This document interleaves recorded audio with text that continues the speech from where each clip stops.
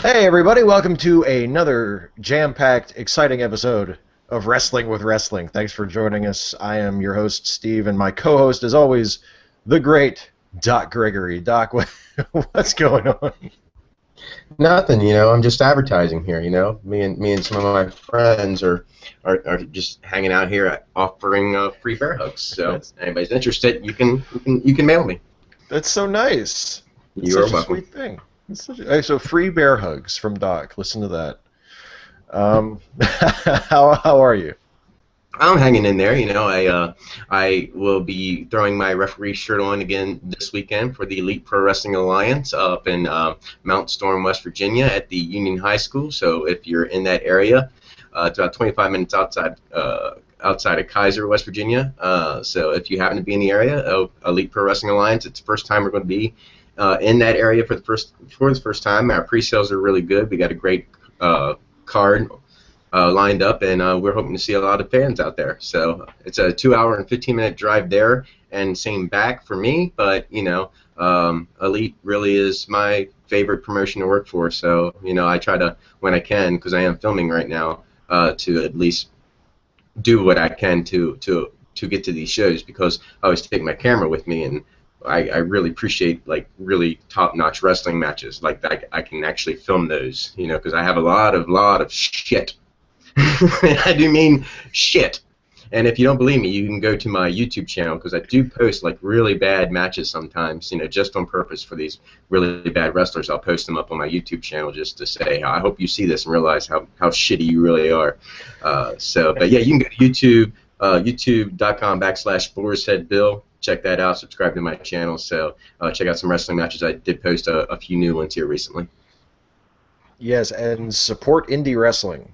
It's very important. If you're a wrestling fan, don't just. I mean, we talk mostly about WWE on this show, but I mean, it's very important to support indie wrestling. If you are a wrestling fan, and there's a local indie show near you, I mean, chances are the ticket prices are very low. Just go check it out. Have a good time for a couple hours, probably on like a Friday or a Saturday, is usually when they run, and it's very important to, if you're a wrestling fan, to keep it alive and check out indie wrestling.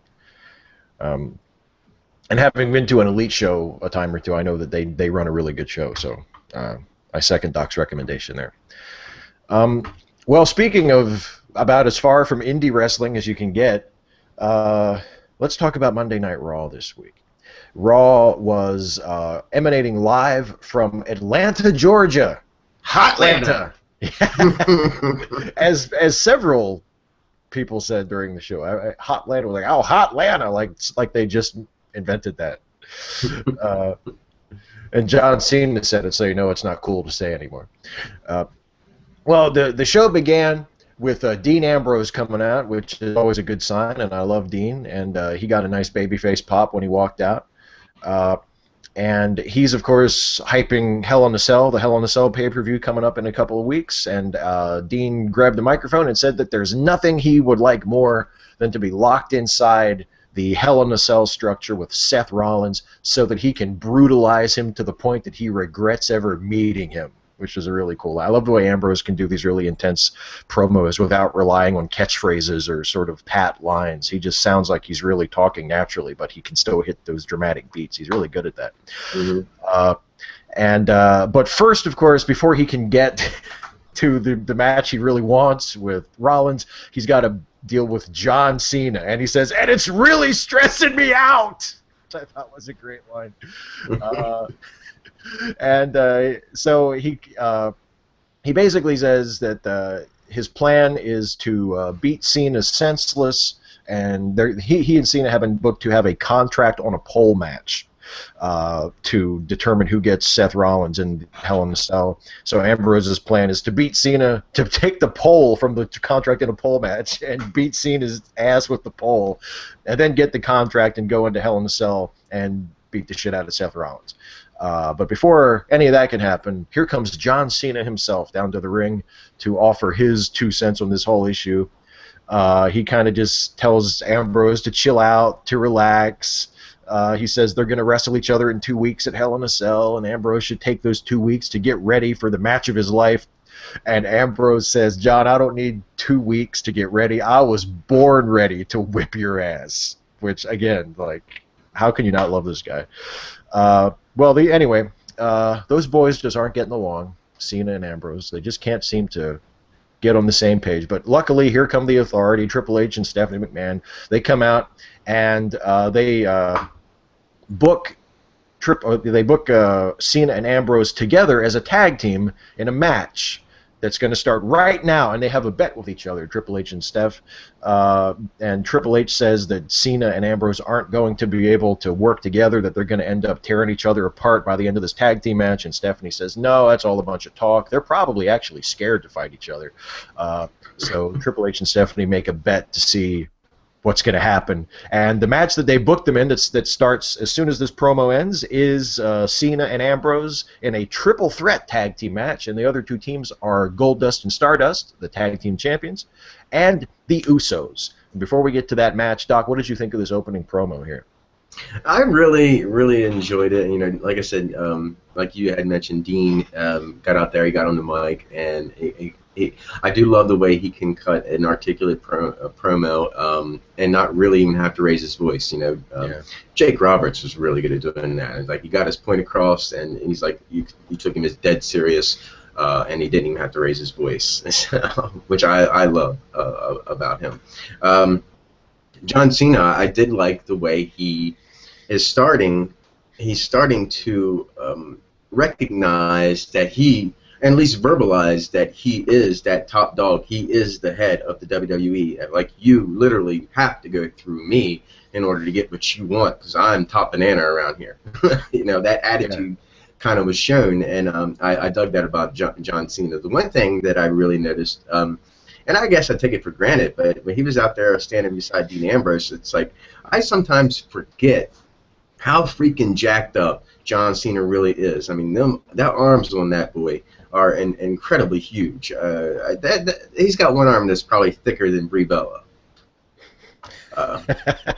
Yeah, absolutely. But the Authority cruised once again because they like to stir the pot a little bit when the shitstorm comes in, and they want to team them up in a match against, you know, the Usos and Golden Stardust, as they're referring to them, I guess now, behind the commentating booth, Golden Stardust. Which I thought, like I said, we haven't got to the match yet, but I did think that the opening promo was good, but it did lead to what I felt was an overabundance of Authority on the show.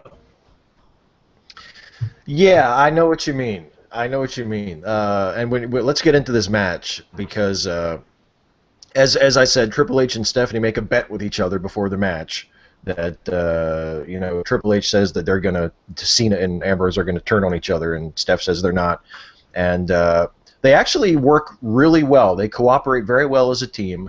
They work not like two guys who don't like each other. They work like a tag team in the match. Like when Cena's in trouble in the ring, Ambrose is like stomping his foot and yelling, "Come on, John!" Like, they're really getting along great in the match.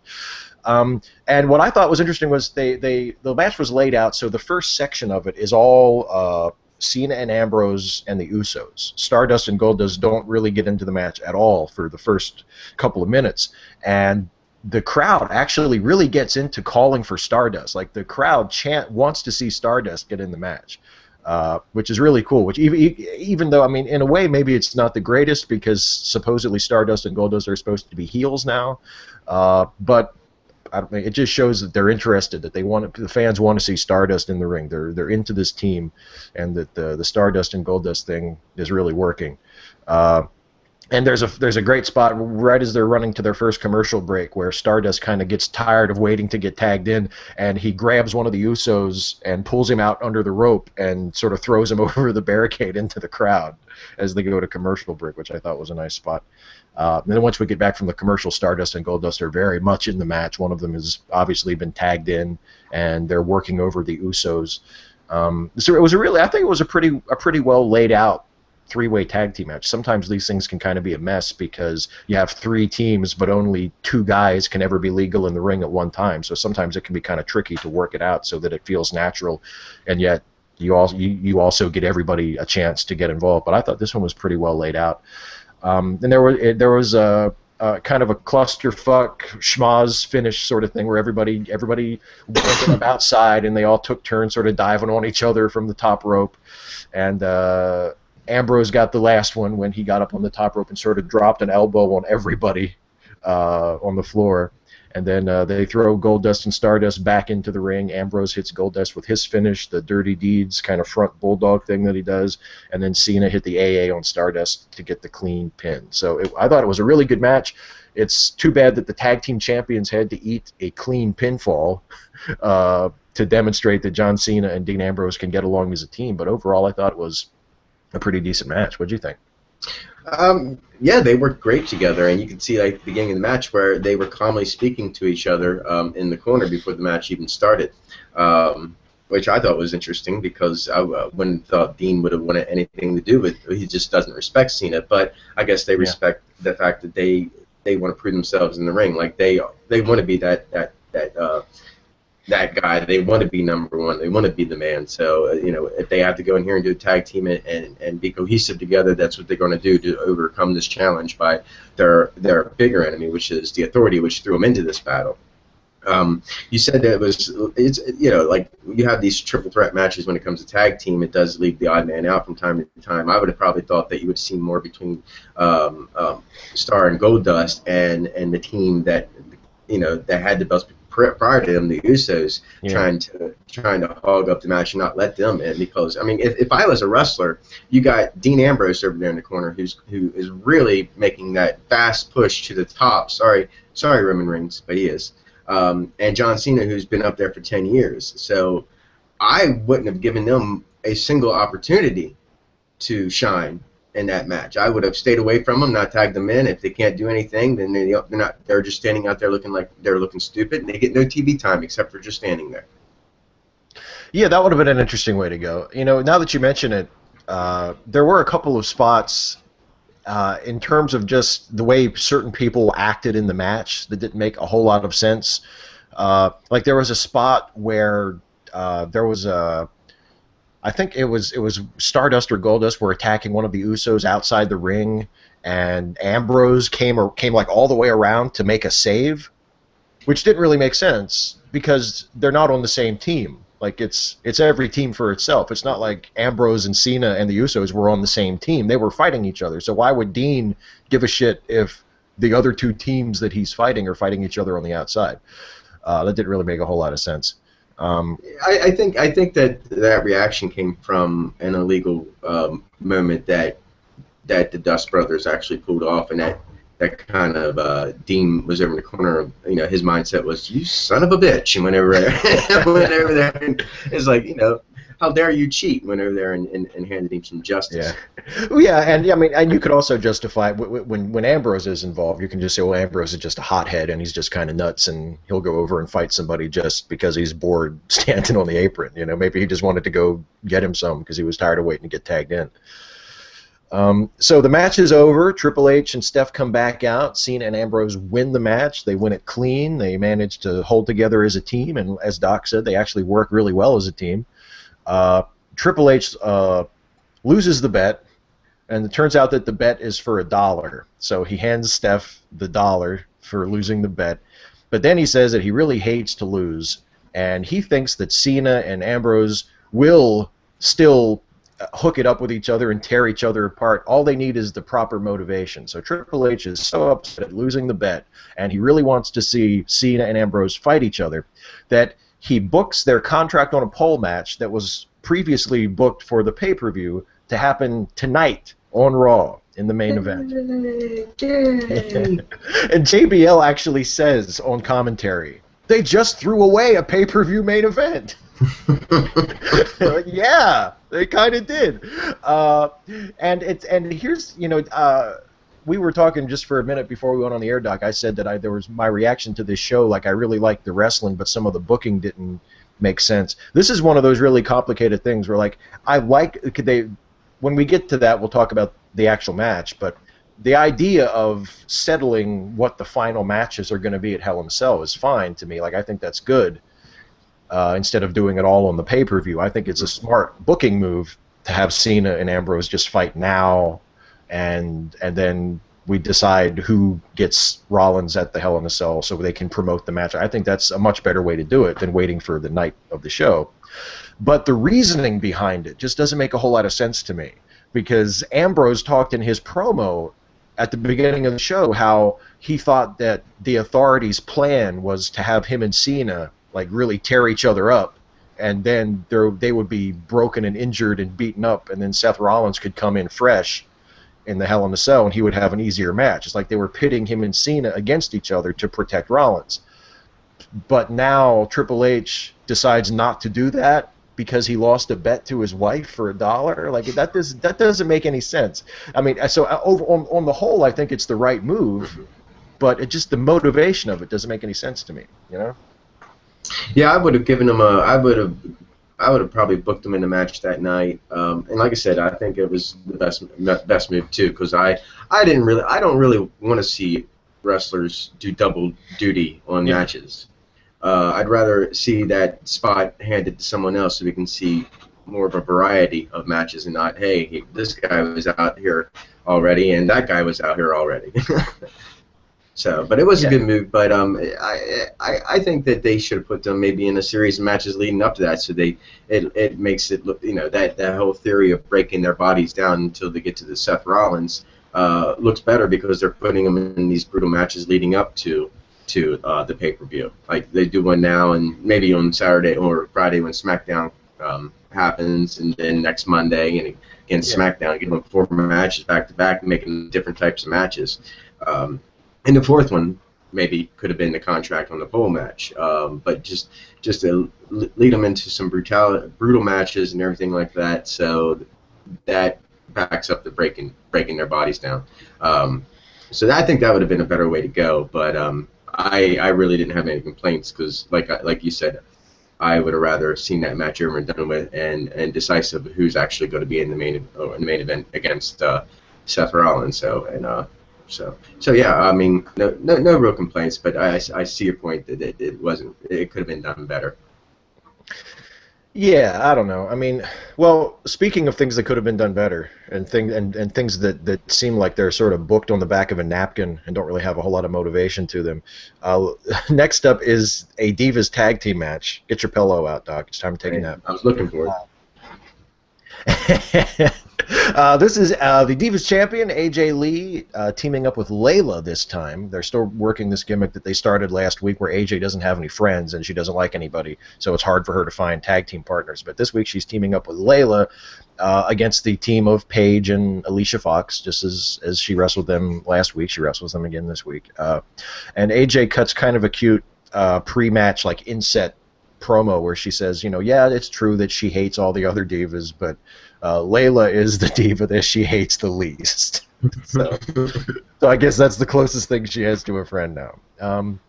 And the match starts. AJ starts out against Alicia. Paige is on the apron. There's a little bit of kind of funny banter, I thought, between AJ and Paige, where AJ's yelling at Paige to tag in, like she's holding Alicia's arm out to try and get Paige to tag in.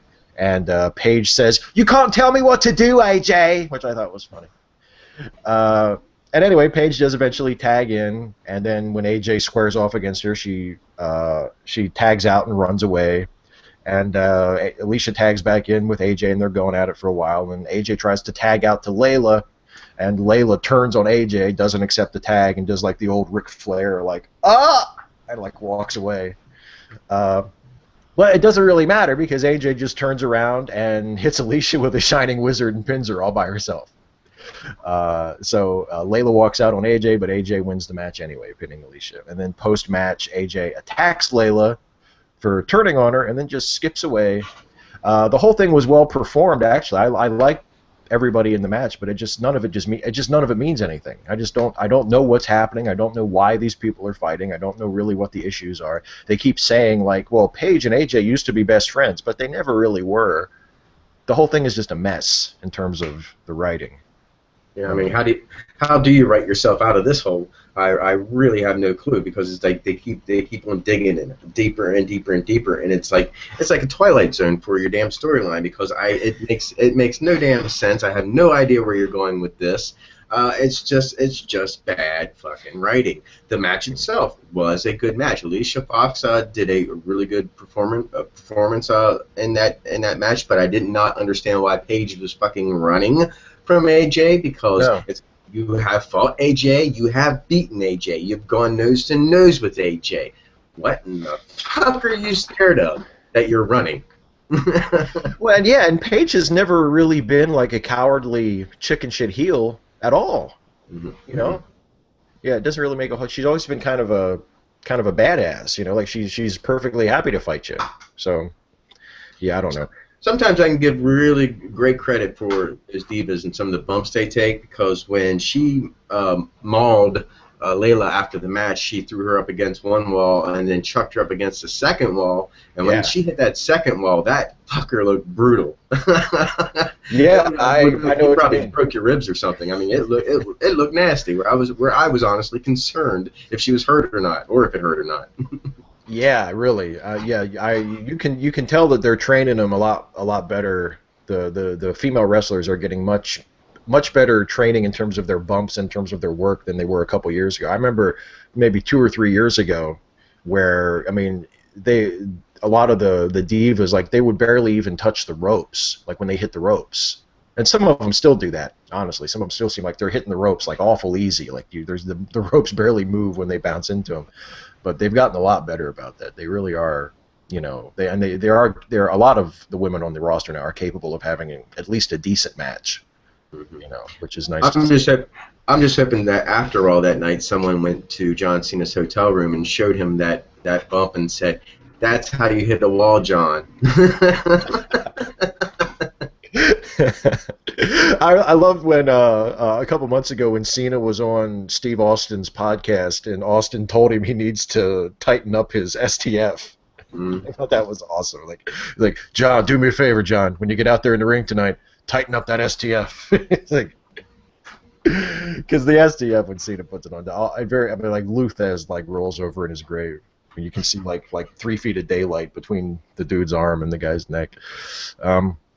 Yeah, a good match from the Divas, but like like you said, how do you write your way out of this? Where's the end game for this? I have no idea where any of this is going, and not in a good way, not in like an unpredictable. Oh, I wonder what's going to happen next. It's more like, Jesus, this isn't going anywhere. Like all of a sudden, it's like a tag team thing. Yeah, while you're telling this bullshit story, you're squandering the Divas title, and what that stands for. You know, I mean, it's bad. It's bad enough that, you know, your crop of Divas over there ain't worth a crop of shit. But it's still a title that you should respect and at least do something with, for Christ's sake. This is a dumb storyline, man. Let's move on and get that belt back on the line. Yeah, really. Yeah, exactly. Book another match between AJ and Paige. Do it on pay-per-view. Do it on Raw. Do it whenever, and just blow it off, and move everybody on to new things, and make sure that you think about it, you know, for more than 5 minutes, and have something planned for them so that it makes sense. Next, another nice, long, really good match, I thought. Dolph Ziggler versus Randy Orton. This is non-title, of course. Dolph is the Intercontinental Champion, but this is a non-title match. So you kind of know who's winning. And also sitting in on commentary is Cesaro, who is still feuding with Dolph. They're feuding over the Intercontinental title. So it was nice to see that they worked Dolph's program into this match, that it wasn't just, you know, sort of giving Orton somebody relatively high on the card to beat, that they actually worked the Dolph's storyline into the match as well. Cesaro's not bad on commentary. He has a couple of decent lines where he says that Dolph is only fighting Orton because he's afraid of Cesaro, which I thought was cool, and Cesaro sort of using commentary to kind of elevate himself above Orton, which I thought was like a great cocky heel thing to do. Crowd is chanting for Ziggler. They love Ziggler like pretty much everywhere they go. They're always chanting for Ziggler. Let's go Ziggler is the chant. Really good back and forth match. Neither guy really takes control for very long for the first couple of minutes. It's always back and forth. Eventually Orton does take over, and at one point Seth Rollins comes out on stage to watch the match. After Orton takes over, it sort of becomes, the story is that, you know, Dolph just won't stay down. Orton tries to put Dolph down, and he tries all kinds of moves, and Dolph just won't stay down. And there's a superplex, there's power slams, and Dolph just keeps kicking out and keeps fighting back. And Orton, he goes for his rope-assisted DDT a couple of times and misses it, and then he finally hits it and sets up for the RKO. But Dolph dodges out of the way, and there's a really nice reversal sequence that happens where Dolph ducks the RKO. He tries a roll-up. He slips away. He tries a famouser and misses it, and finally he nails Orton with a super kick that gets a 2 count, and that gets the crowd to chant, "This is awesome," that whole sequence. It was a really tight reversal sequence. And the finish comes right after that where Dolph goes for a zigzag.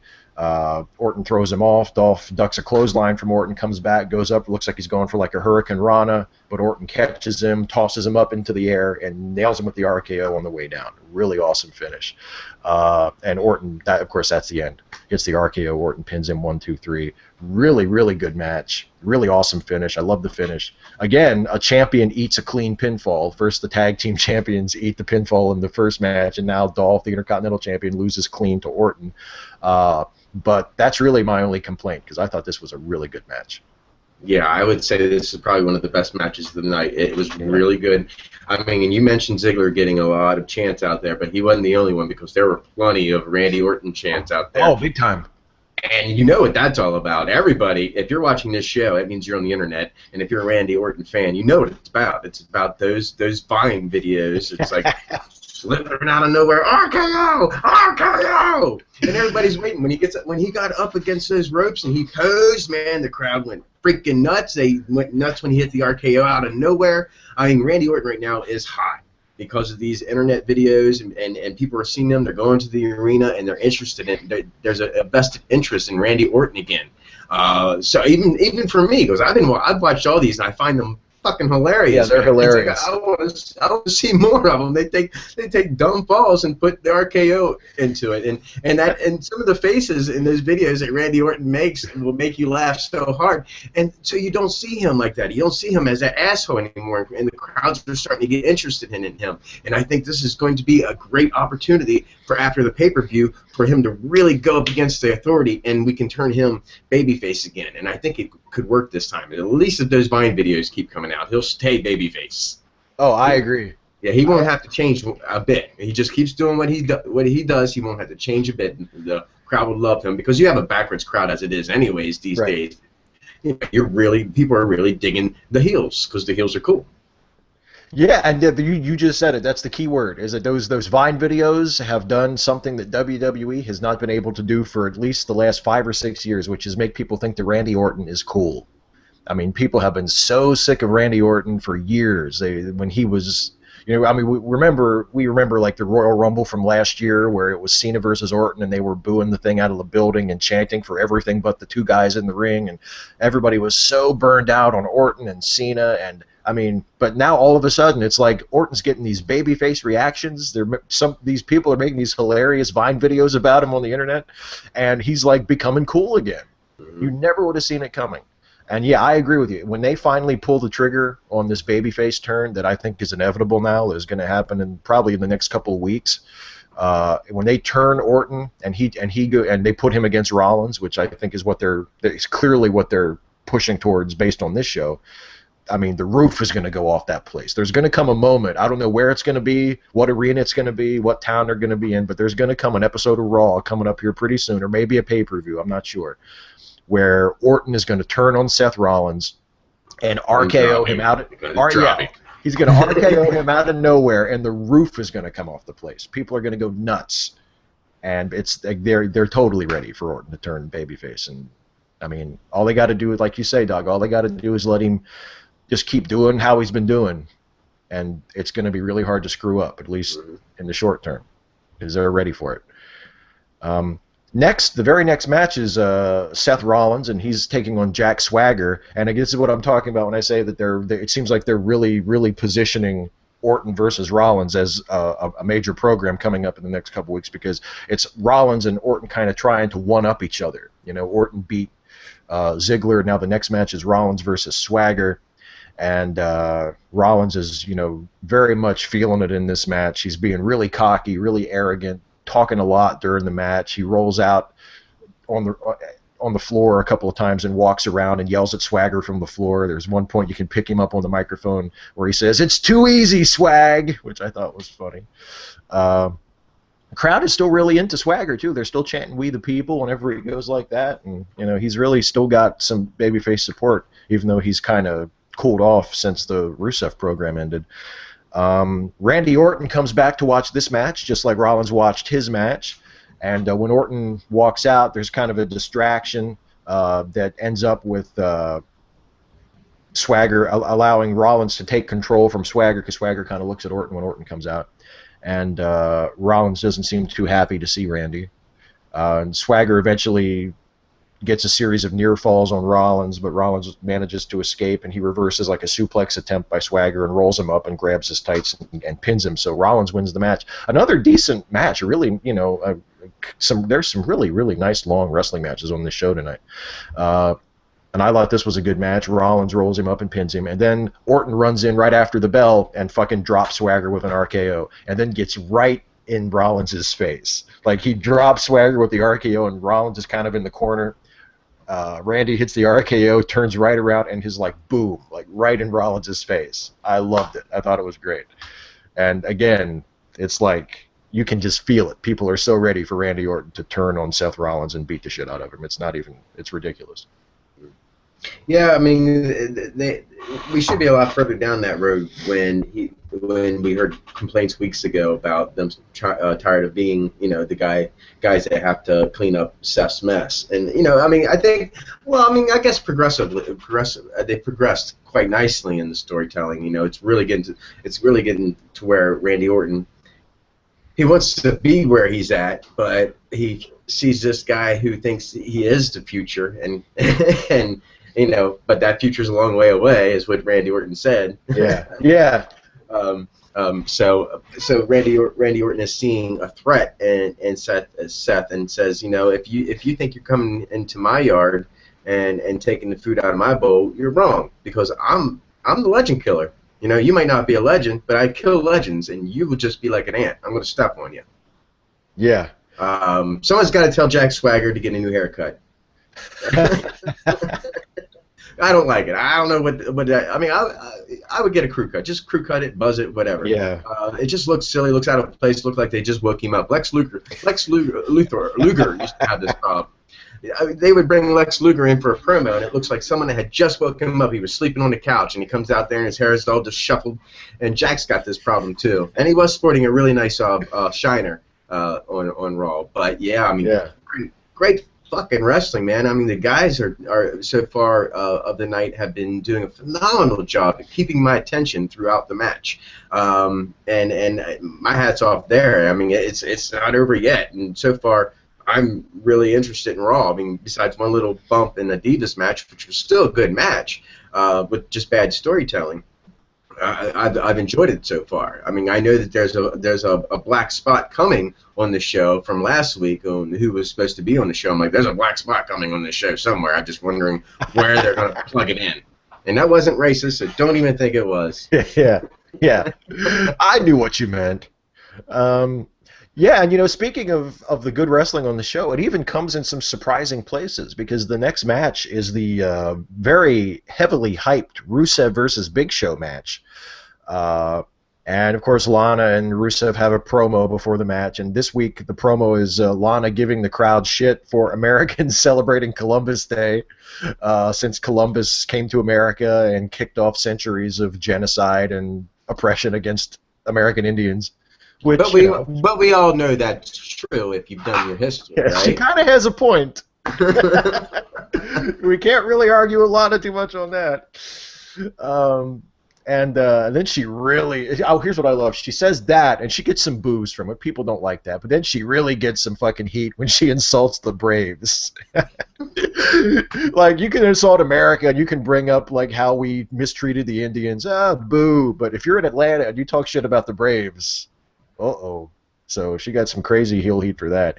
Then Rusev grabs the mic. They've been letting Rusev talk a lot more lately, which I don't mind, because usually he only says one or two things.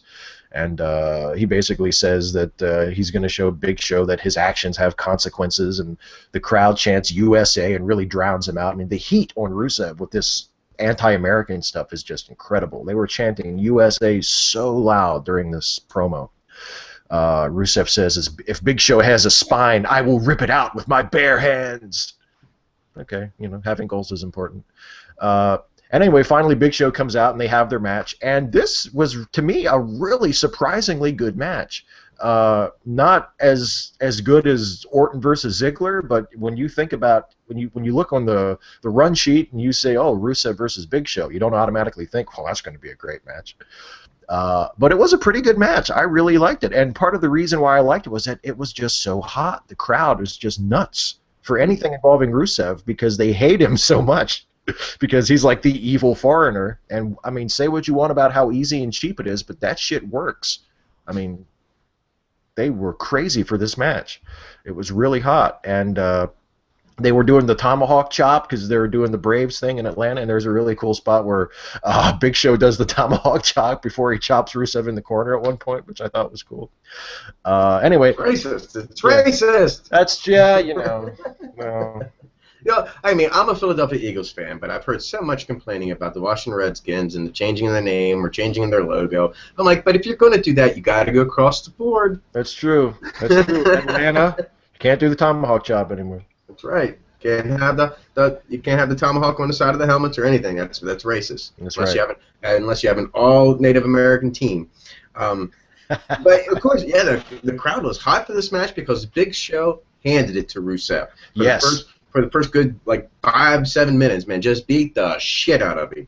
But all that turned around, man, when we saw that impressive fucking drop kick. He jumped off of his feet and drop kicked the Big Show. And the cameras were real quick about catching that. They almost missed it, but I caught enough of it to be very, very impressed that he has that ability to jump that high. But man, did he look small. It's like, I know Rusev is a big dude, but man, that Big Show is much, much bigger, and he made Rusev look tiny. Well, and it was a good match to do that because you can have Big Show throw Rusev around without having it make Rusev look weak. Mm-hmm. Because Big Show's big enough, and you see the size difference, and it's like, well, of course Big Show would dominate him because even though Rusev is 300 pounds, Big Show is humongous. So it doesn't make Rusev look bad to have him get tossed around a little bit by the Big Show. And eventually in the match, what happens is Rusev takes over. He hits that fucking awesome drop kick. He knocks Big Show down with a side kick at 1.2.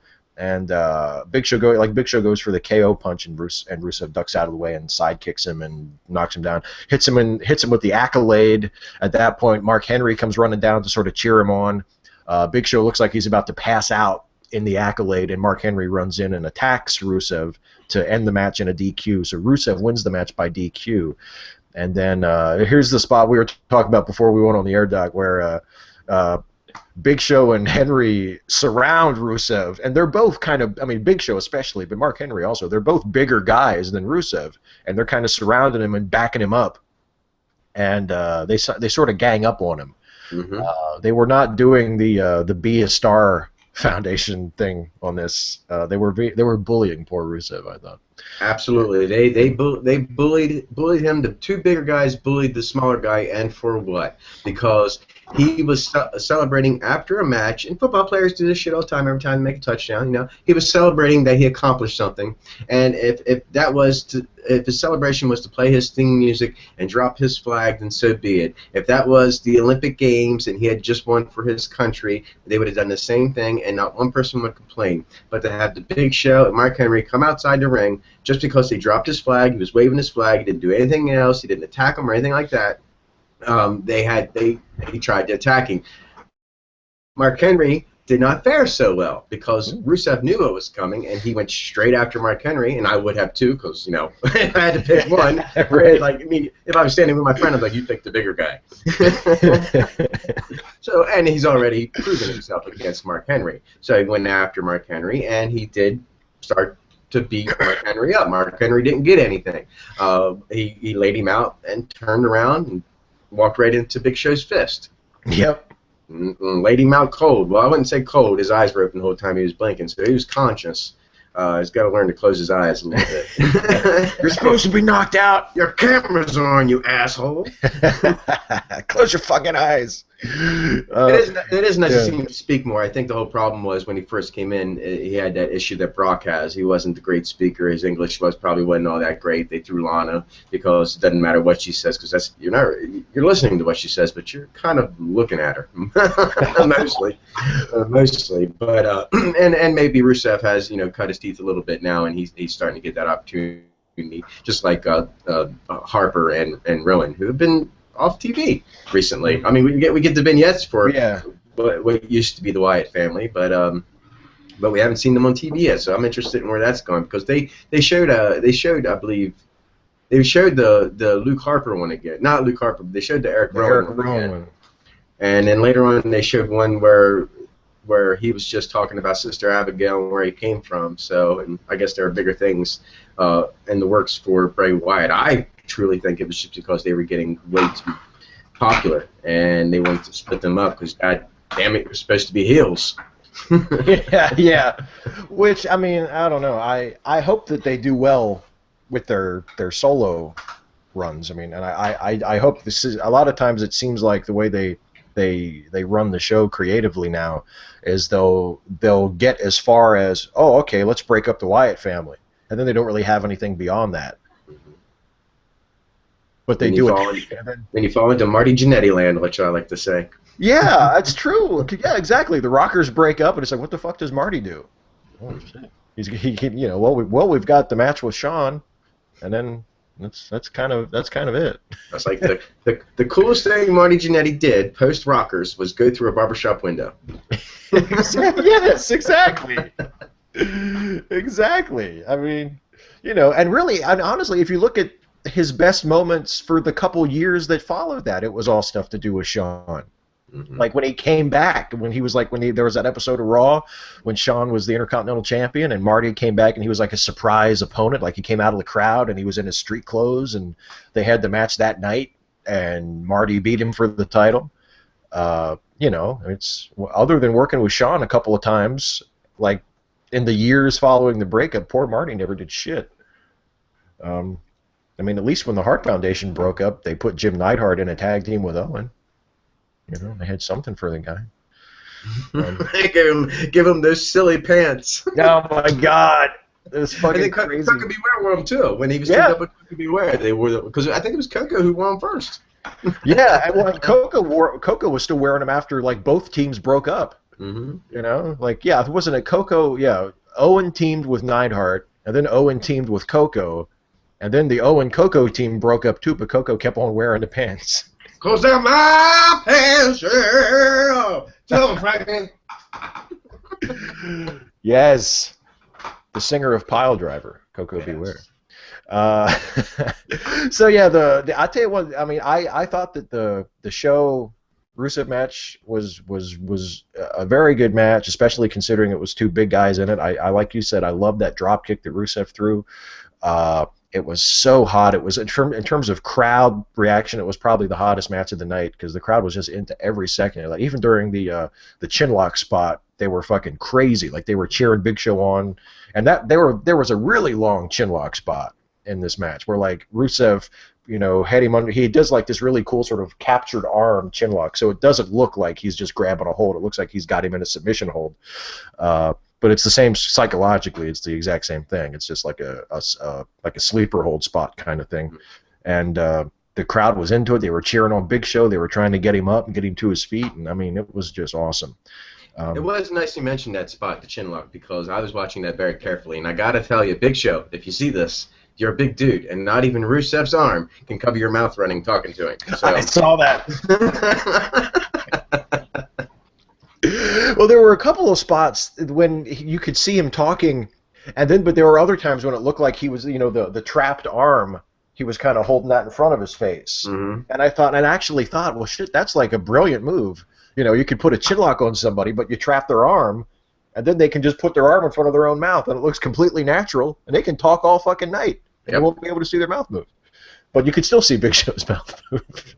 And the fact that Rusev got him in that finisher, I call it, I guess, the Boston, or the camel clutch. Camel clutch, yeah. Sorry, which is a great move because there's one person who got as much heat on the anti-Americanism I would say out of all the WWE universe, out of all of time, and that of course is the Iron Sheik, and the Yeah. camel clutch was his move. So I love that he uses the camel clutch. But I was just impressed that he was able to, not a whole lot, but he was able to get Big Show up into that thing. Yeah, yeah, it's impressive. You wouldn't think of like a mat-based move like that looking impressive, but when a guy is as huge as the Big Show, to get his arms up on your knees and get your arms around his chin like that, that was, yeah, I agree. That was a really impressive looking camel clutch. Well, let's move on to the next match. The next match is another match between Sheamus and The Miz. These guys fought last week too. And once again, of course, Damien Sandow is still with The Miz doing the Damien Mizdow stunt double gimmick. It looks like they are sort of trying to sow the seeds of eventually Sandow turning on Miz, because I noticed during the commentary for this match, Michael Cole saying a couple of times that, you know, maybe Miz is getting jealous of the reaction, because once again the crowd was chanting for Sandow during this match. The crowd was way more into Sandow doing his thing on the outside than they were anything in the actual match, and he's still doing the shadow boxing thing on the outside, where everything Miz does, Sandow will do it like by himself on the outside, and it is so funny. He was even taking bumps. I love it. Like this time, he was even taking bumps when Miz would like get knocked down. Sandow would fucking go down on the mat and roll around. It was just hilarious. It is funny because the moment you started talking about that, I tried to start mimicking you, everything you were doing. I was saying, I'm sitting here going, Yeah, it's like Damien. I mean, it's great. That performance out there is genius. It really is. I mean, to do the shadow boxing, to respond to like you were taking the heat, it's freaking brilliant. And he doesn't even have to get in the ring yet. No, yeah, he's not even actually working a match, and he's getting more of a reaction than the guys in the ring. And this one had a clever finish too. I thought I thought as a match this wasn't as good as the other, but it wasn't bad, and it was relatively short. And it was elevated by Sandow. I mean, the crowd was so into Sandow that it's hard to not like the match, because it was he made it just so much fun to watch. And the finish comes when everybody's outside the ring, and Sheamus gets Sandow and Miz both crawl under the ring to try to get away, and Sheamus grabs one of their legs and pulls him out, and it turns out it's Sandow that he pulls out. And while he's fighting with Sandow, the Miz crawls under the ring, and Miz crawls all the way under the ring to the opposite side and rolls in under the bottom rope on the other. Says the referee counts 10 on Sheamus, so Miz actually crawls under the ring to the other side and rolls in to beat the count and wins the match by countout, which I thought was a clever finish. A good way to do a countout finish, but actually add a little something extra to it, so it seems a little creative. So I thought it was all right. What do you think? I'm digging the Miz right now. I mean, I think now the solid black that they're wearing, and they're matching more, that looks a lot better than that solid white that whatever the hell it was that he was wearing. his outfit to the ring is much better these days. So whoever actually changed that, good move. But yeah, I mean, I'm ready for Damien. I've been behind him forever. I've been really disappointed over his not his performance, but where they stuck him for the last year or so. I thought he had. I mean, the man is an incredible speaker. He's very articulate. He sounds smart enough. So I mean, he's got all those skills. Maybe it was just maybe an attitude, or they didn't think he was ready to, to be a top performer in the ring, or couldn't hold a match to somebody's interest. I don't know, but he obviously is catching people's interest now, which I love. And he tweeted several weeks ago that there was going to be a change, and this obviously is the change in his character that was coming. And so far I'm happy with it. I mean, Miz, if you want to have an instant feud, you first have to team him up with The Miz, because The Miz cannot have any partners. He will end up fighting with every single one of them that you put him with. Daniel Bryan, Alex Riley, and of course Damien Sandow is going to be the same. Yeah.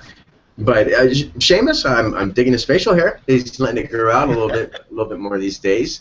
But nothing spectacular out of Sheamus that I haven't seen really before. I wasn't overly impressed. I was more interested in what The Miz was doing and what Damian was doing in this match. And I thought the finish, like you said, was awesome. It was brilliant. You climb out of the ring and all the way through, and not like not like he couldn't have. See, that was Sheamus's fault. He just reached underneath the ring. You know, there could have been a snake underneath there. You know, You never know.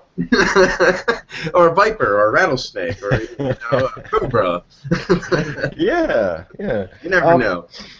I do like I like that you said that you're getting into the Miz. I agree. I think it's because they finally remembered that the money in the Miz has always been promising that eventually he's going to get the shit kicked out of him because he's so annoying. He's one of those heels that is like kind of like the Honky Tonk Man used to be, where like he was so annoying that you would pay money to see his match because you were hoping that's the night that somebody just kicks his fucking teeth in. And now they're setting it up so hopefully Sandow will be that guy. You know, because he's sort of overshadowing him on the outside as the stunt double. Like hopefully the big blow off to, you know, Miz doing the protecting the moneymaker thing will be Damian Sandow punching his face in. You know? Or just, I think it would, Seeds of Doubt will start with some losses that maybe Miz is blaming on Damian and why, you know, on his stunt double, you know. So I think that's where the Seeds of Doubt will start. He'll just lose a few. He'll blame Damian, turn to him, and Damian will at first kind of submit, but then get sick and tired of it. Kind of like Rockstar Spud did recently in the TNA show. Not that anybody out there is watching TNA, but you know, and if you know who Rockstar Spud is, but we're not talking about TNA here. We're talking about WWE. But yeah, definitely good match. Nothing impressive out of Sheamus, and I'm glad he lost. I mean, you know, it's funny. Like in the right match, Sheamus can bring it. It just seems like he has to be motivated. You know, because the last couple weeks in those 6-man tag matches, he's actually been pretty good, I thought. But it's like sometimes he really brings it. He shows up and he's fucking working hard, really, you know, giving it his all, and he actually is pretty good. And then other times he's just like, you know, whatever. I'll just do my regular spots and we'll just get out of here. You know, and then he gets kind of boring. Well, next, another Divas match. This is the aforementioned black spot in the show that Doc mentioned, because they bring out the guest star this week. I have no idea why they're still having guest stars. I have no idea why they think that it means shit for their ratings, especially this particular guest star. The big guest star this week is Nene Leakes, who is one of the Real Housewives of Atlanta. Who could possibly give a shit about this? Who is a wrestling fan? I mean, are people actually going to tune in on Raw who aren't regular viewers because they heard that one of the fucking Real Housewives is going to be on? Like, I just don't see how this is supposed to be a draw at all. But Nene Leakes comes out. She's in the corner of the babyface team here, and this is also a Total Divas tie-in, so it's like all the things in wrestling that you don't care about in one match. The celebrities coming in, the Total Divas tie-in. It's a Six-Diva tag match, Cameron, Summer Rae, and Nikki Bella versus Natalya, Naomi, and Brie Bella. And as I said, Nene Leakes is in the Natalya, Naomi, Brie corner. Really, the only thing other than the Total Divas tie-in is that Brie and Nikki are still feuding, and here they are on opposite sides of the match. And the match ends with Brie actually pinning Nikki after a sit-out facebuster. And the announcers kind of sell it as though that was kind of a blow-off. I don't know what their plans are for Nikki and Brie after this show, but the way Michael Cole sort of was selling that ending, he made it sound like, well, finally, Brie finally got her revenge on her sister, which sounded kind of funny to me. I don't know. I'm not sure. I think that Nikki, and I don't follow the Divas on Twitter because I could give her a rat's ass. Or I couldn't. I wouldn't. Never. I would never even give a rat's ass. Forget. Not for Divas. But anyways, from what I understand, Nikki had got on there and said something about something happening at Hell in a Cell with Brie. So I don't think it's a blow-off. They were probably going to get a match at Hell in a Cell, and that'll be the blow-off. It should be anyways, because nobody is interested out there. Did you hear me? No one. Put Natalya in something better. Shit, put Naomi in something better. And leave Really? fucking Real Housewives of Atlanta off there. You think Hot Atlanta wants to see a woman that made millions of dollars on TV just to pretend that she was better than you out there parading around. It's like, who really cares about me? Well, yeah, I mean, they had her come out for the babyface team, and I've never watched Real Housewives. I've never had any like, I've never even thought, oh, I should probably watch her. It's never occurred to me at all. Uh, Shit, I've but never even had my own housewife. I just have a wife. I know, right? But like, so, from what I can understand, from what other people say about the show, like the appeal of the show is that like it's trashy and you watch it and you're kind of like laughing at how horrible everybody is. So why is she a babyface? You know, if she's from the trashy reality show that you watch and you go like, oh wow, they're such assholes. You know, like why is she the babyface? And I mean, nobody gave a shit she was there. She didn't get much of a reaction from the crowd, and the crowd they were in Atlanta. So if she was going to get a pop anywhere, it would have been there. And it seemed like they were just like, whatever. Like they couldn't care less about any of this. Yeah, Rosa Mendez looked rough, man. I don't know what it is about her face, but it looks like she had some work done recently. And I don't know. It took me a second to realize it was her. There was something different about her, and I thought it was in her face. It looked like she had gotten some work done, but it wasn't for the betterment of the whole situation. Because I just, for some reason, was not. They like to make their divas look good, but sometimes you can go way too far. And I don't know what it is about her, but she threw me off on Monday night. So the only thing in that ring that looked worse than her was Mimi's haircut. That's okay. I couldn't take my eyes off of little Natty. She's adorable. Yeah. Yeah. And yeah, I mean, and yeah, I feel bad for Natty because she usually ends up in most of these Total Divas matches, and it's like, I mean, she's not the only decent worker that in that group, but she's the best worker, and it seems like she's the one who's always like trying to wring like a decent match out of it. It's like, man, that must suck to have to carry all these fucking shitty Total Divas matches that nobody gives a shit about, you know? She's like, it makes me wonder how many really bad tag teams Bret Hart ever had to actually wrestle up against with Jim Neidhart. You know, it's like, you know, I'm Bret Hart. What the fuck am I doing in wrestling up against, Godwins or, oh my God. I can't even, honestly, I take that back because there really wasn't too many really bad tag teams unless you were jobbers. Wasn't really too many bad tag teams back in the Hart Foundation day. That's true, yeah. Bret actually, in terms of tag teams, had it easy most of the time. I mean, when they were in their heyday in the late 80s, the tag team division in WWF was fucking rocking. I mean, there was the Bulldogs and the Rougeaus and the Rockers and, I mean, Demolition, yeah. And there was like there was like the Twin Towers, Boss Man and Akeem, but even they weren't that bad. I mean, they were pretty good. I loved Akeem, man. Akeem was the shit. You could not beat the guy from Cobb County, Georgia, man. He was the law and the order of the WWF. Boss Man was awesome. I watched on the network a couple of days ago. I watched Royal Rumble, I think '91. It's one of my favorite shows. And Boss Man has a singles match on that show on the undercard with the Barbarian. And, man, you watch that match, and it's not like a fucking 5-star classic or anything, but Boss Man works his ass off in that match. I mean, he was, for a guy his size and for a guy who sort of looked at as like a big guy, and, I mean, he worked his ass off. There were matches Boss Man had where he was a terrific worker. I mean, he was selling like Ricky Morton, and, I mean, he was just totally blown up, sweaty, and beat red by the time it was over, and, I mean, really just busted his ass. So. Well, that's what happens when you're born and bred in the South and you come up through the NWA system. You actually learn the ability to wrestle over the entertainment part of the business. So yeah, Ray really could fucking tear down a house, man. And I mean, he was a big guy, but he carried it really well. He was very intimidating, and I liked him as Big Bubba Rogers. Yeah. I loved him, and I really loved him because really that's how I knew him at first, was as the Big Boss Man. And the Twin Towers were awesome, and because who were they managed by, baby? The Doctor Style. Yeah, but yeah, Boss Man, he was so quick. That's the thing I loved about him. Is even when he was really big, and when he was in the Twin Towers, like that was probably when he was at his biggest physically, and he was so quick. Like he would snap off those punches, and he would move around the ring. He was awesome. Mm-hmm. Anyway. Let's move on to the main event of this show here. This is the contract on a pole match. I had like Vince Russo flashbacks. These fucking pole matches.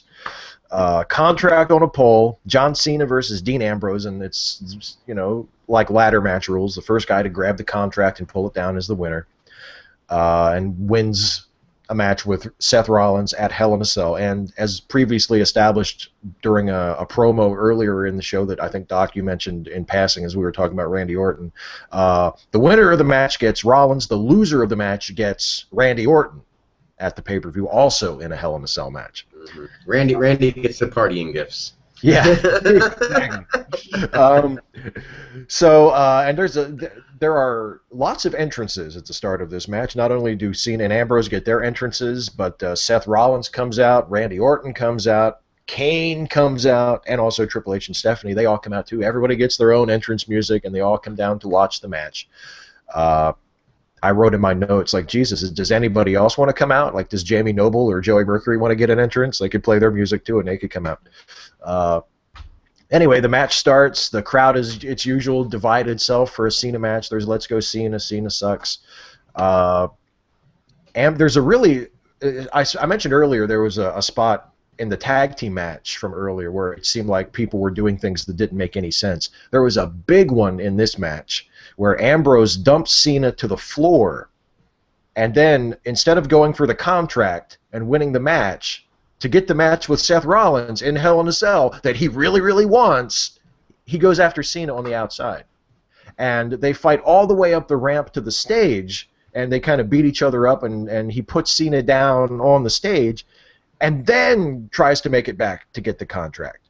It just makes no sense at all. Like, I mean, I understand they're trying to extend the match. They don't want to end the match like 2 minutes in, so they wanted to get him to the outside. But I mean, have Cena attack him or have him roll to the outside or something. Like, the way it's laid out, it makes Ambrose look like an idiot.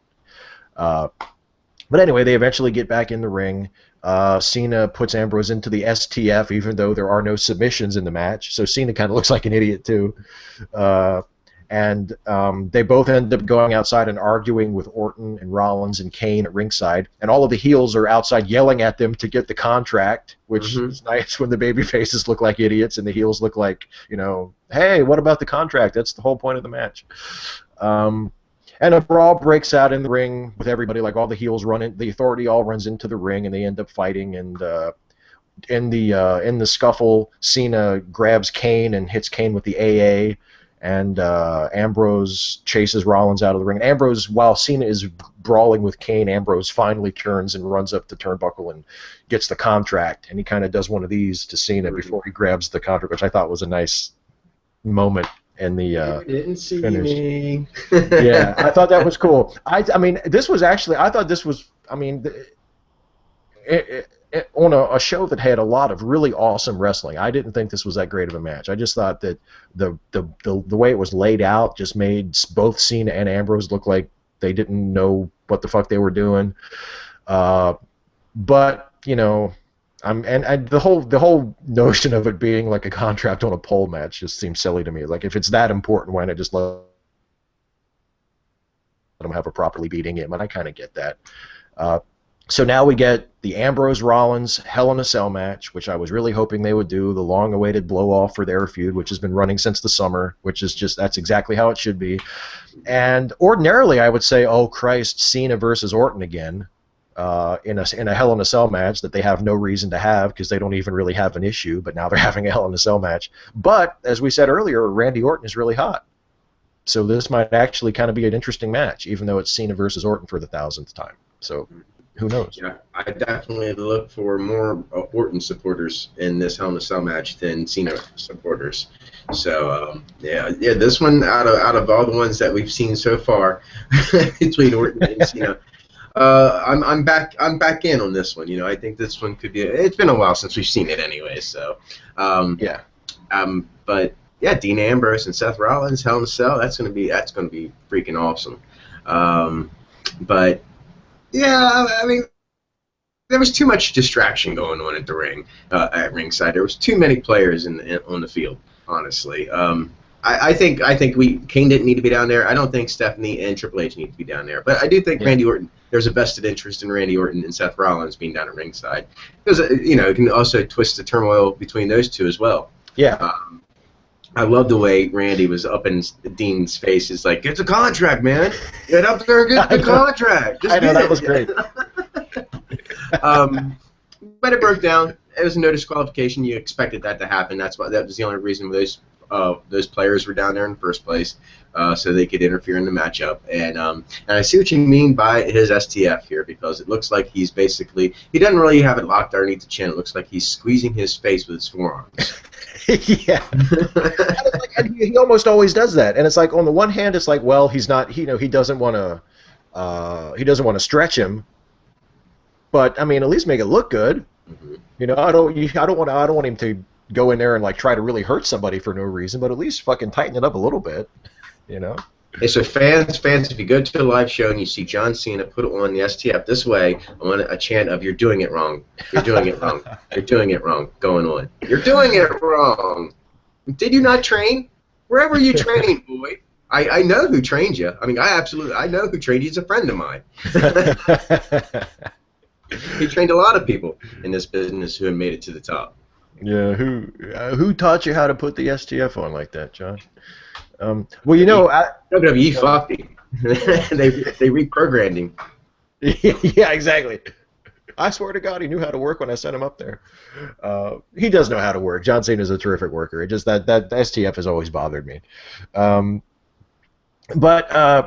Well, yeah, that reminds me. That was the show. I thought it was a really good episode of Raw for the wrestling. I thought some of the storyline stuff and some of the psychology and the matches didn't make a whole lot of sense. But overall, I can't possibly complain, because we got 3 really, really, really good matches, and nothing was really terrible. And the stuff that was kind of bad was short.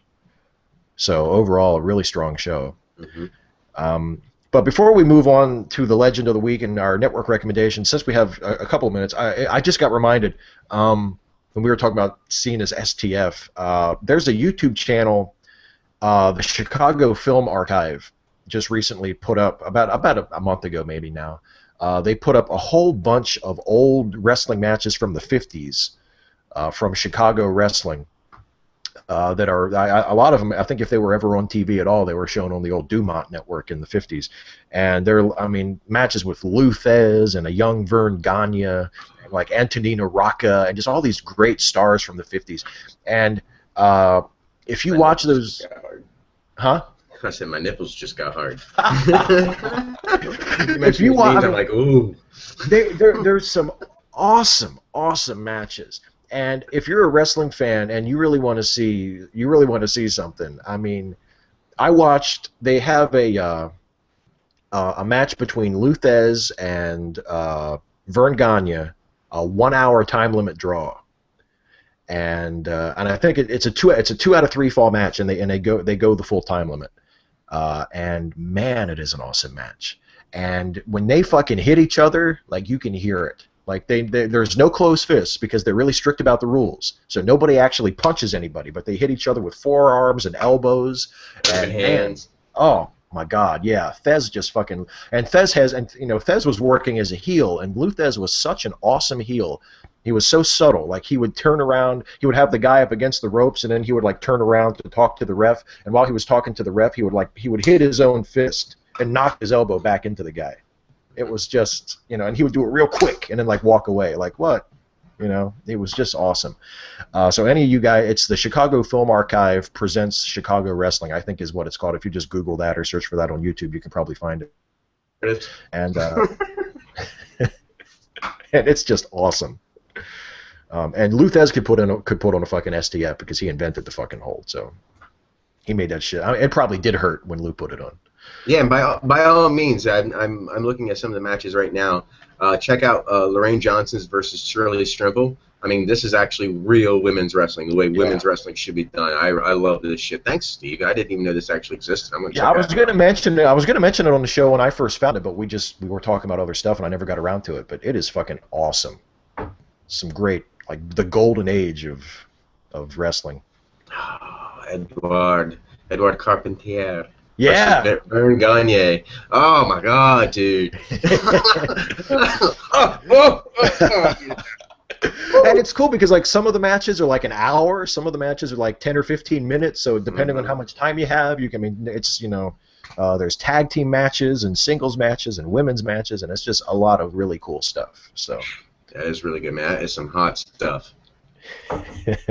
So, speaking of old school wrestling and legendary wrestlers, why don't we go ahead and segue into our legend of the week? Tell us about our legend here, Doc.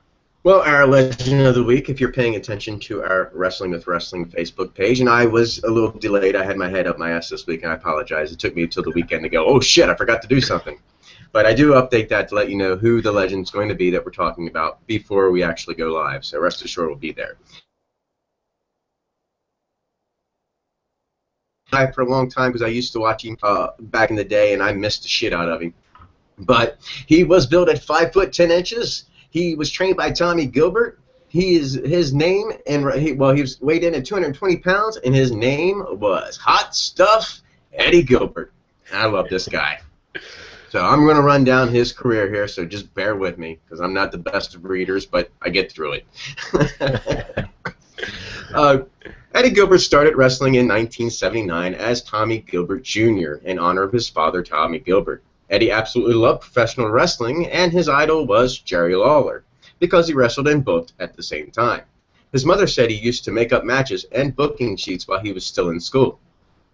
He spent a little bit of time wrestling in the World Wrestling Federation as a jobber in 1982 before being promoted to mid-card status. He continued to work his way up the card when he was legitimately seriously injured in a car accident in 1983.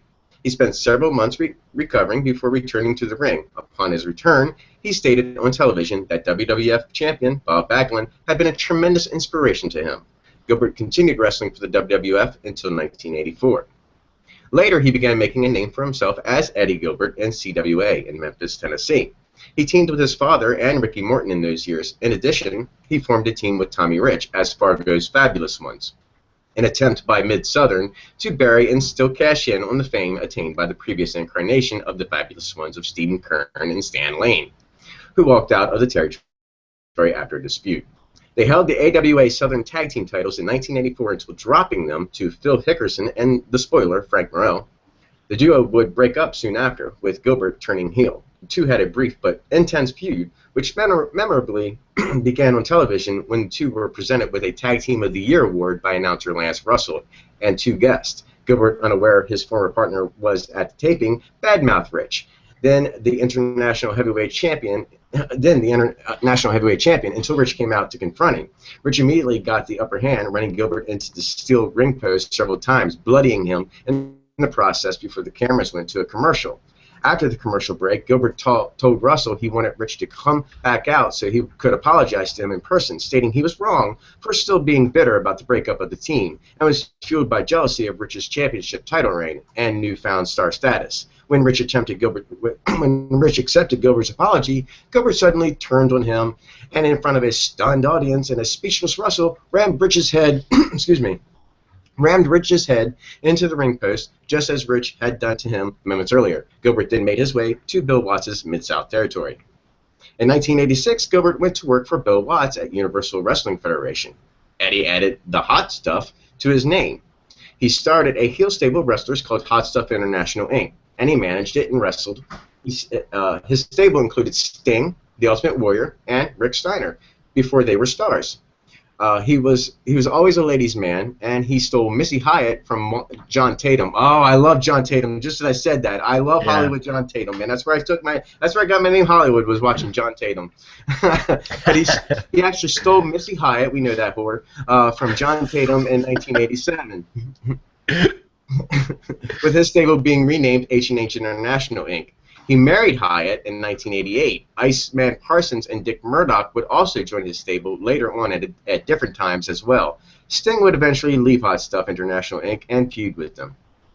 Eddie also worked as a booker who came up with the famous Battle of New Orleans angle in late 1987 involving Chris Adams, Terry Taylor, Sting, and himself, following a match in which Taylor defeated Shane Douglas due to interference by both Gilbert and Rick Steiner. Adams told referee Randy Anderson of the interference. As Adams pleaded his case with Anderson, Gilbert and Taylor attacked him, and Sting eventually evened the sides. The angle eventually spilled outside of the ring into the stands and near the concession area, featuring a huge brawl involving beer kegs, chairs, trash cans, tables, popcorn machines, and other objects. Gilbert was awarded Best Booker of 1988 by Wrestling Observer Newsletter, which if you're in the business of professional wrestling, especially in the indies, you know what the Wrestler Observer Newsletter is. That was something you subscribed to and got. But anyways, he would stay with Universal Wrestling Federation until the purchase from Jim Crockett Promotions. From there, Gilbert worked in Alabama's Continental Wrestling Federation, the CWF, where he reformed Hot Stuff Inc. Gilbert also served as booker with Paul Heyman as his assistant. The CWF was broadcast nationally on the Financial News Network. Wow. And Gilbert's creative work was widely praised by wrestling journalists. However, Gilbert left due to conflicts with management. Gilbert went to the NWA's Jim Crockett Promotions, which had purchased the UWF, and brought Hyatt, Heyman, and his brother Doug Gilbert with him. Eddie teamed with Rick Steiner to feud with Kevin Sullivan and his Varsity Club. He also became involved in a feud with Ric Flair and Barry Windham, in which he teamed with Ricky Steamboat and Lex Luger. Near the end of his stint there, JCP was renamed World Championship Wrestling, and Gilbert was featured in the first WCW video game. Eddie left WCW in late 1989 and also divorced Missy Hyatt. Good for him. He went back to the Independents, where he could book again. He worked for the United States Wrestling Association in Memphis, where he feuded with Jerry Lawler and the Global Wrestling Federation, as well as Philadelphia's Tri-State Wrestling Alliance promotion. Gilbert also married Medusa. That's actually pretty good. He married Medusa at this time after having hit it off with Medusa at TWA promoter Joel Goodhart's radio show, but the marriage was brief. Gilbert's most famous feud in Memphis territory involved an angle between himself and Lawler in 1990. Eddie and his brother Doug were fired from the promotion, and in a retaliation hit Lawler with their car and fled the scene. Numerous home viewers, fearing for Lawler, immediately called the police to report that they had just seen a legitimate vehicular assault. Lawler had to inform the police what was going on, and Lawler was forced to appear on television while selling his injuries sooner than intended, out of concern that Gilbert would have been legitimately arrested if he didn't show on TV that he was all right. Due to a pay dispute, Gilbert, along with his brother Doug, who wrestled under a mask as the Dark Patriot, left the GWF in 1992. Eddie Gilbert took with him the GWF North American Heavyweight Championship belt. He made a few defenses of the title in the USWA and the GWF as the GWF World Heavyweight Champion, despite being stripped of the belt and not being recognized as such by the GWF. He wrestled in and booked the successor. He actually wrestled and booked the successor to Tri-State Wrestling, NWA Eastern Championship Wrestling in 1993, where he again teamed with Doug. He also served as head booker, but gave up his position in September 1993 to Paul Heyman. This all sounds familiar because we're heading into what would become ECW. You know, that was NWA Eastern Championship Wrestling. You probably, you know, if you've done your history, you know that turns out to be ECW and all that. Heyman, he actually eventually took the company national under the name of hey, never mind. I just said that shit. Gilbert then returned to the USWA until early 1995, when he worked one night for Smoky Mountain Wrestling for traveling to World Wrestling Council in Puerto Rico to wrestle and book.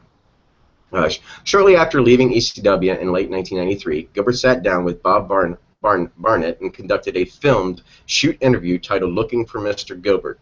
Gilbert spoke openly about his life and career at a time when professional wrestlers rarely appeared on film out of character and almost never spoke publicly about the behind-the-scenes workings of the wrestling business. The footage from the interview was later marketed on home video and sold through wrestling newsletters, as well as independent wrestling shows. The first of its kind, Looking for Mr. Gilbert, is now considered the first professional wrestling shoot video, and in the decades since, countless professional wrestlers have conducted sit-down shoot interviews, most notably in RF Video's Shoot Interview series and Kayfabe Commentary's You Shoot Interview series. Yes, Gilbert was married to ballet Missy Hyatt in 1996. They divorced in 1989, and he was briefly married to Medusa in 1990. On February 18th in 1995, Eddie Gilbert died of a heart attack. His father, Tommy Gilbert, stated that injuries to Eddie's chest and heart muscle had occurred in a serious car accident in 1983 and could have been a factor. Eddie's alleged use of painkillers since the accident could have contributed could have contributed. Let me just say that could have contributed to his heart condition. The Eddie Gilbert Memorial Brawl was held in his memory from 1996 to 1999. His finishing move was called the Hot Shot. The flapjack dropped into a hangman. Some of his signature moves were like the DDT, the figure four leg lock, and the pile driver. He's been managed by Paulie Dangerously, Jimmy Hart, Oliver Humperdinck, Missy Hyatt. I mean, a ton of people managing him. I'm just naming the ones you probably know. And he's wrestled in a lot of places all over America. But I tell you, it was just something special about Hot Stuff Eddie Gilbert that I just enjoyed watching him work. And I mean, I missed it, dude. It was a sad day when he died for me, because that was that actually was just about 2 years after I got out of high school. So I was starting to train in wrestling, and I looked up to these guys like Shawn Michaels and Eddie Gilbert and John Tatum for my inspiration to why I was doing the business, because I really idolized them. And when he died, it hurt, man. It was almost like feeling when Owen died. So I miss him, and I've been wanting to get around to doing it. So that's my take. I wish I had something better to say. I'm just reading fucking Wikipedia here. So, and you can do that yourself. You can follow along if you want. But that's my take on Hot Stuff Eddie Gilbert. So thank you for your time, Steve, and what you got to say, bro? I tell you what, man, Eddie Gilbert is one of those guys. It's kind of a short list of guys who are remembered both as great wrestlers and also as great bookers. I mean, another one like Jake the Snake comes to mind as well. Jake Roberts was, obviously everybody knows what a great what a great wrestler he was, what a great promo he was, but he was also a great booker as well in Georgia Championship Wrestling. And Eddie Gilbert is the same way. I mean, there are just as many people, whenever someone in the wrestling business talks about Eddie Gilbert, talks about how much they miss Eddie or how much they admired Eddie or how much of an influence Eddie Gilbert was on them, it's 50-50 as to whether they're talking about him in the ring or talking about him behind the scenes as a booker, because he was so influential and he had such a reputation of just, you know, he had a great mind for the business. People say that a lot when they're talking about in the wrestling business. He had a great mind for the business, and he really did. I mean, he was like one of the great bookers of that Memphis wrestling, Southern wrestling style. He was just terrific, and a really severe missed. Like you said, he sort of helped position Paul Heyman into the leadership role of ECW as it eventually became. And I mean, you know, even something as like, I didn't even know that about how he recorded the first shoot interview. Like, think about that. If you're an internet wrestling fan, think about how many wrestlers do shoot interviews. Like it seems like every month there are 2 or 3 new ones from, you know, kayfabe commentaries or RF video or some other group, and plus, you know, all the wrestlers that do podcasts or go on radio shows and talk out of character about wrestling and, you know, talk and break kayfabe. I mean, that's really common nowadays. And think about Eddie Gilbert. He was there was someone who did that first. He was the first person to do that. I mean, and just even in that way, he was an influence on the business. So a great legend, and a great wrestler, great booker, someone who it would really be nice to still have him around, because he was a great influence and a great talent. Doc, what's your network recommendation this week, my friend? Well, let me look this back up again. I know what it was, but my network recommendation, that's the way I can look at the card. And so much wrestling has happened over, you know, my 40 years of life that, you know, you've got to look this shit up. But my recommendation of the week is Clash of the Champions 6. Let me pull that one up here. But I think, honestly, I mean, the news of the week, I guess, is the release of, before I get into the recommendation, news of the week right now, I guess it happened on Monday Night Raw, was the release of announcer, 12 years of service in the WWF. The story's not clear, but Justin Roberts was released from his contract. The story going around, the buzz speed going around right now is that him and Michael Cole had a disagreement or maybe a fight. They were arguing and bitching back and forth during some of the matches during Raw. So that's right now kind of vague information, and that might not be true. It could just be, you know, speculation, and I say it's speculation until we hear it from the horse's mouth. But Yeah, I mean that's crazy. I mean he's Yeah. been the voice of WWE for quite some time, a long time, and it's not like going to be a major shocker for people because he's an announcer, and you don't really think twice about it. But the announcer has a really important job, man, to make your name pop when you come out there. You know, and Justin Roberts is really good at that, and they did some videos up on YouTube dedicated to him. You know, when he announces like ECW champion Chris. Yeah, I mean, he was really good at that. Yeah. I mean, WWE, if you're looking for a great ring announcer, I know a few. And I'm not looking at this guy right here, but I know some great voices out there that would fit into your program. But anyways, let's move along. Yes. Maybe we'll talk about that once the story comes out a little bit further. Yeah, 'cause I would be interested to hear. I would be interested to hear what the reason is, like what they were fighting about or whatever. Because Roberts has been with him for a while, and he's still a relatively young guy. And he's a wrestling guy. Like, he's not just somebody they hired out of broadcasting school. Like, he's been in the wrestling business since before he was with WWE. So, yeah, it's really surprising and sad because he was good. Anyway. But, yes, my network recommendation, Clash of the Champions 6, The Ragin' Cajun, took place April 2nd, 1989 at the Louisiana Superdome in New Orleans, Louisiana. Only drew 5,300 people.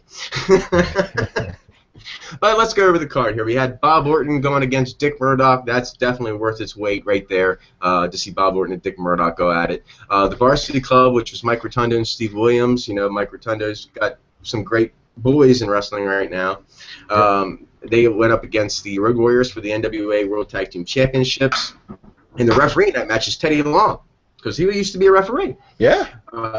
You got Sting versus Rip Morgan for the NWA World Television Championship. You got Lex Luger versus Jack Victory for the NWA United States Championship. You have Ricky Steamboat going up against, once again, the Nature Boy Ric Flair in what I deemed as a kind of a silly little clause in the match. It was a 60-minute, 2 out of 3 fall match. Which I was like, what? 2 out of 3 falls, but you got to get them all done under these 60 minutes. And both these guys, you know, I mean, Ric Flair's the 60-minute man. That guy can do Iron Man after Iron, especially in these days. Yeah. But that's a great match. Check it out, 2 out of 3 falls. But like I said, I always kind of try to link my my pay-per-view choices to our Legend of the Week, and I did it here again because this match has Eddie Gilbert. He's teaming up with Rick Steiner, and they're going up against big old Dan Spivey, crazy Dan Spivey, you know, Waylon Mercy. I love Dan Spivey. And Kevin Sullivan. I mean, this is the whack pack right here, Dan Spivey and Kevin Sullivan. And they're fighting each other for the NWA United States Tag Team Championship. And of course, Missy Hyatt is in Gilbert's corner, and she will have a very important role in this matchup. So check it out. Yeah, that is a great show. I mean, it's worth it just for that. That's one of the big 3 Steamboat versus Flair matches from that year, and that's an awesome match. But the whole show is great. And don't you love Ragin' Cajun? I love when Dusty Rhodes was booking. You could tell, like, they always have those like ridiculous subtitles. We're gonna do a Clash of the Champions, baby. We're gonna call this show the Ragin' Cajun, if you will, down in Louisiana. Like, it's like, okay, that had to be Dusty. I admit Flair actually might have been booking at this point. This was 89. I think Flair might actually have been booking, but it sounds like a Dusty thing. Like, Dusty came up with the name for the show. But anyway, so here's my recommendation. That's a great recommendation, Clash of the Champions 6. My recommendation has more to do with it being October. We're getting into, we're creeping up on Hell in a Cell. We're getting into sort of the Halloween season. My recommendation is one of the great shows from the early days of the WWF Attitude Era, and it is Bad Blood in Your House from 1997, from October 1997. I'll run down the card really quickly for you here. This is an awesome late 90s WWF card. If you were one of the people who maybe got into it right around the ascension of Steve Austin, and maybe you missed the show because you just weren't watching at that point, this is a great show to go back and catch up on and watch on the network, or just watch it if you haven't seen it for a while, because it's a really cool show. A 3-on-2 handicap tag team match, the Nation of Domination, which consisted of The Rock, Kama Mustafa, who would someday be the Godfather, and D'Lo Brown against the Legion of Doom, Hawk and Animal. There was a midget tag team match that I know Doc always likes. The team of The team of Max Mini and Mini Nova versus the team of Tarantula and Mosaic. There was yet another tag team match on the show. This one was for the tag team titles. The Godwins versus the Headbangers. That's a fucking late 90s WWF match for you. There was a singles match. It was the finals in the Intercontinental title tournament. Owen Hart versus Farouk. This was the tournament that was held to crown a new Intercontinental champion after Steve Austin had to vacate the title after Owen accidentally pile drove him on top of his head and almost killed him at SummerSlam. So a little bit of history for you there. And boy, is he rewarded for doing it. yeah. Owen, you almost killed Steve. We're going to put the belt on you. There was an 8-man tag between the DOA, the Disciples of Apocalypse, and Los Boricuas. Remember the gang war storyline between DOA and Los Boricuas? This was one of the big blow-off matches in that. A tag team flag match, Bret Hart and the British Bulldog versus the team of Vader and the Patriot. And in the main event, the real reason to watch this show, the big reason, and the main reason why I'm recommending it, Shawn Michaels versus The Undertaker in the first ever, and some would still say the best ever, Hell in a Cell match. It took place at Bad Blood in 1997 in October. So we're 2 weeks away from the latest Hell in a Cell matches, the Hell in a Cell pay-per-view, the first Hell in a Cell match, and a lot of people, including, that's probably still my favorite Hell in a Cell match, that first one with Shawn and Undertaker, on this show. So that's my recommendation. Check out Bad Blood 1997 if you are a WWE Network subscriber. Highly, highly recommend it. Well, we are done for another week, my friends. We've talked wrestling for you for another hour and a half, as hard as that is to believe. If food and water weren't an issue, Doc and I could probably go for another hour and a half without even taking a break. I don't even have to pee this week. I could sit here for another 2 hours. I don't have to pee or anything. But we do have other things to do, and we're not going to make any more demands on your attention. So thank you guys so much for watching. We're going to be back next week to do this again, to talk about another great legend of the week, and you can find out who the legend is going to be by checking out our Facebook page. And we'll be back next week to talk about the final shows on the build to the Hell in a Cell pay-per-view, and we'll do our predictions and all the usual stuff we do before a pre-pay-per-view show. So thanks for watching, everybody. We'll see you next week. Doc, my friend, thank you as always for joining me. Yeah, thank you, Steve, for having me. It's always a pleasure to hang out with you for an hour and a half every week. So not a lot of our friends get to do that. So yeah, right. I mean, I got to do it online, but shit, I'll take what I can get. Yeah. I can't give it away. It won't be special anymore. I'm starting to learn that. You can't give it away. So you'll kill the gimmick. You'll kill the gimmick if you give it away too much. I'm gonna change this shirt. No more free bear hugs. Fuck it. We're out of here, everybody. Thanks for watching. See you next week.